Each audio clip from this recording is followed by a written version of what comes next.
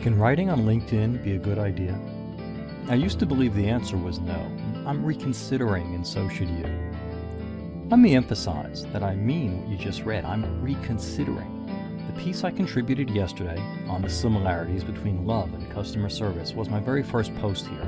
I don't believe the one you're reading now will be my last, and I've got a handful lined up, but I'm conflicted. And that's okay, just as you should be reconsidering the ways and the places you put yourself out there. You should feel the conflict between quantity and quality, control and volume, comfort and change. When I'm not writing, I'm doing other media and marketing and customer service stuff. I've been that guy for a long time. I like pontificating, admit it, so do you. And that's a good thing, because here's a secret. Content marketing, the buzz phrase to end all buzz phrases, and pretty much the only thing we hear about in 2014, is nothing more than a carefully managed pontification campaign. You have a message that either because you love teaching or have something to sell, or both, you want to deliver, preferably to a bazillion people, preferably with the result being that enough of them get excited enough about what you wrote or said or crammed into a video that they contact you and they ask how much of their money you want for whatever's next. No, really? Wasn't that brilliant? You've already taken out your wallet, haven't you? Nah, you have not. And that's okay, because there's more, and even if your money stays right where it is, I'm going to keep talking, because this is content marketing, baby. In the last year or so, I've written several times about the idea of something called guest blogging. Here, in the order I wrote them, are those articles. Guest blogging's a very bad idea. Grow a pair. Google says you'd better stop guest blogging. Writing on Facebook is a waste of time.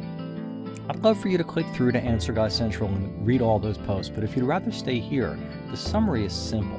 1. You give up too much control when you write at someone else's site. 2. If you ignore 1, then keep in mind that someone who does you the great honor of publishing your content at his site owes you the courtesy of co-promoting you. 3. Google is going to penalize both the writer and the host of guest-blogged content unless the content is on point for the site where it's published. And 4. Big sites like Facebook aren't in the content business, so either be happy with a small subset of your friends seeing what you write, pay up for advertising, or go away.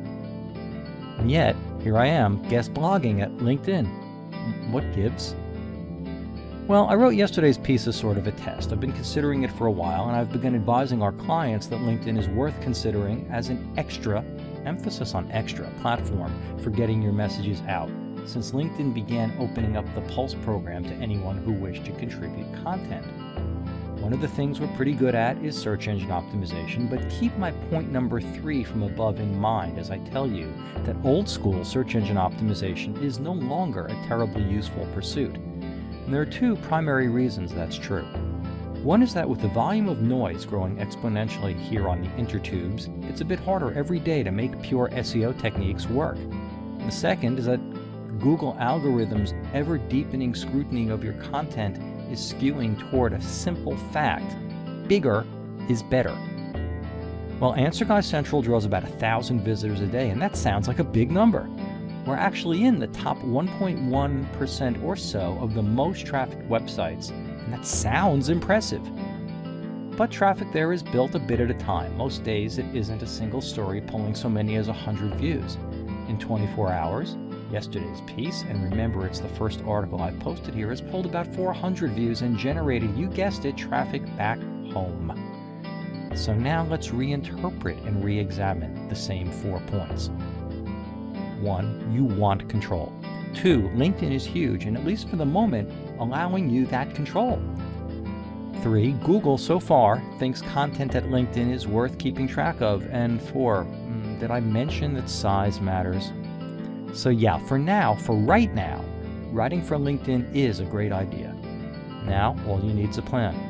Keep watching. I've got one for you. I'm the Answer Guy, and I'll be back.